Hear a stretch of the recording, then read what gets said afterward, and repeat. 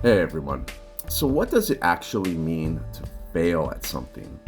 So, there are all these false dichotomies that you're either a winner or a loser in life, you're either a failure or a success at business, you're either good or you're bad at parenting. We hear this from other people, but more likely than not, we hear it from our own self talk.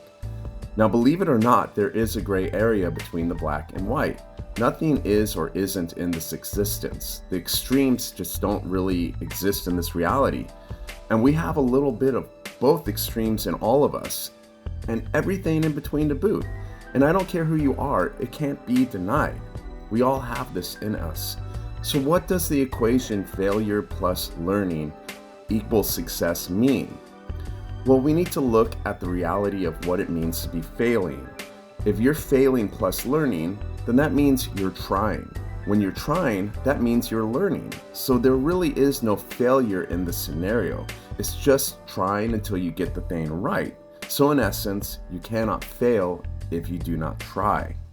It's all perspective. The reality of it is that not trying at all leaves you completely out of the equation. If you're not trying, you're not losing or winning.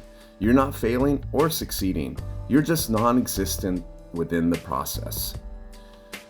I would trade being a failure 1,000 times over than not trying. Doing nothing is a choice, which means it is actually something. It is the choice to do nothing, and if that is your goal, then that is a success. But a success in what? Nothing.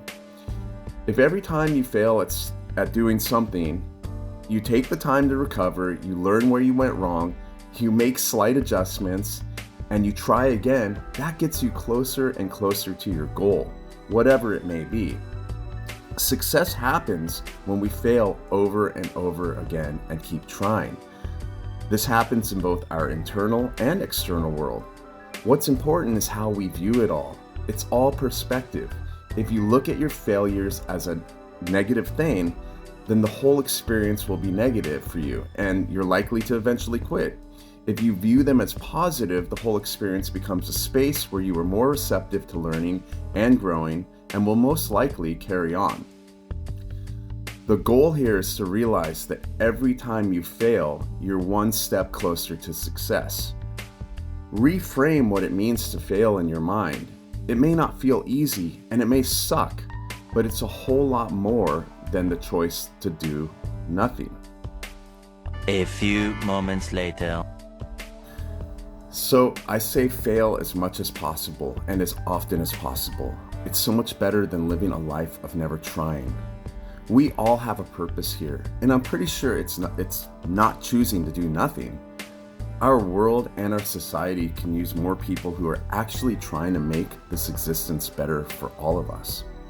There are so many quote-unquote successful people who have chosen to do things that don't really serve a purpose other than their own self-fulfillment. These people are a success in their own little small bubble, but I doubt they truly feel fulfilled. Their purpose is just too small and doesn't serve a higher purpose.